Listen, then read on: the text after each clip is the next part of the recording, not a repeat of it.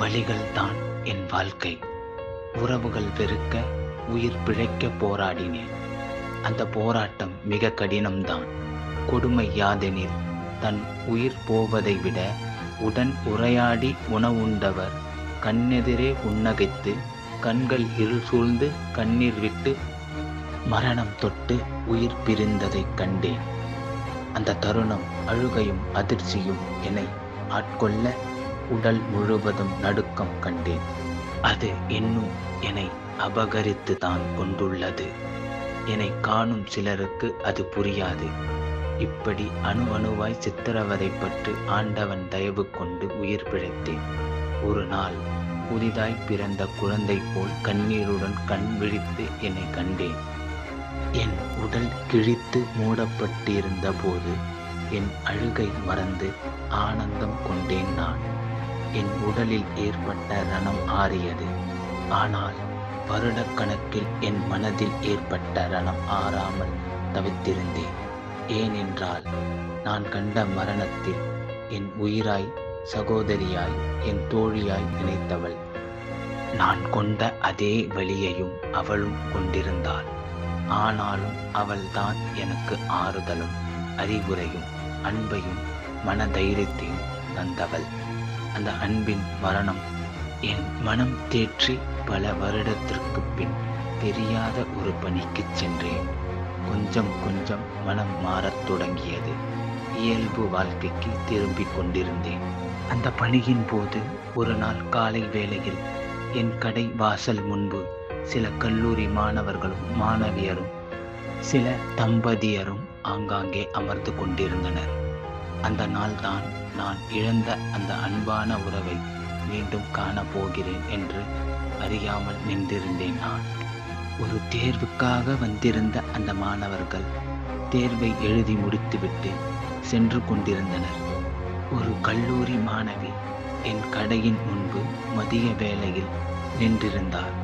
என் மனம் அவர்களிடம் போய் பேசு என்று சொல்லி கடையில் உள் அழைத்து இருக்கையில் அமர வைத்தது. அந்த மாணவி என்னிடம் எனது கைபேசியை கேட்டு தன் சகோதரனுக்கு கால் செய்து அழைத்தார்.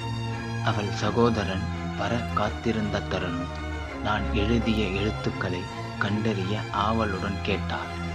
அதை சொல்லிக்கொண்டு இருக்கும் போதே நான் உடல் ரீதியாக அவதிப்பட்டு குணம் அடைந்தவன் என அறிந்து அதை பற்றியும் கேட்கத் தொடங்கினாள். அந்த உரையாடல் ஒரு நட்பாக மாற தொலைபேசி எண்களை பரிமாற்றம் செய்து கொண்டோம். அவர்களுடன் நடந்த சிறு உரையாடல்களின் போது நான் இழந்த அந்த அன்பின் நினைவுகள் மீண்டும் என்னை தொட்டது. அது சொல்ல முடியாத ஒரு சந்தோஷம்தான். என்னுள் நான் இழந்த அந்த அன்பான உறவின் மீது வைத்திருந்த பாசம் இவர்கள் மீதும் பற்றியது. அவர்கள் என்னிடம் பேசுவது யதார்த்தமான வார்த்தைகள் என்றாலும் எனக்கு அது கிடைக்காத என எண்ணிய தொலைந்து இழந்த பொருள் கிடைத்ததற்கு சமம் என்று சொல்லலாம். அன்று நடந்த வாக்குவாதம் தாய்க்கும் மகனுக்கும் மானதுதான்.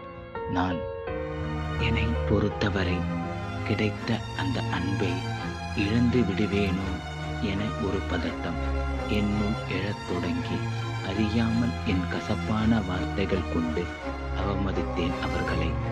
மன்னிப்பாயா என் அன்பான உறவே. அந்த அன்பிடம் நேராக கண் பார்த்து ஒரு மன்னிப்பு கேட்க வேண்டும் என ஒரு எண்ணம் ஓடிக்கொண்டே இருந்தபோது அவர்களை காணும் வாய்ப்பு கொடுத்து அதை அவர்களே தட்டி கழிக்கும் போது என் மனதில் ஒரு வலி. அன்று இறக்கும் தருவாயில் கூட என்னிடம் ஆறுதலாய் பேசி உறுதுணையாக இருந்தவள் கண்மூடி காணாமல் போன போது ஏற்பட்ட அதே இழப்பின் வழிதான் இச்செயலின் போதும். அப்பொழுது ஏற்பட்ட அந்த நினைவுகள் என்னை ஆட்கொள்ளவே இவையாவும். இப்படிக்கு பிரிவையும் இழப்பையும் ஏற்க மறுக்கும் இறக்கப் போகும் இதயம்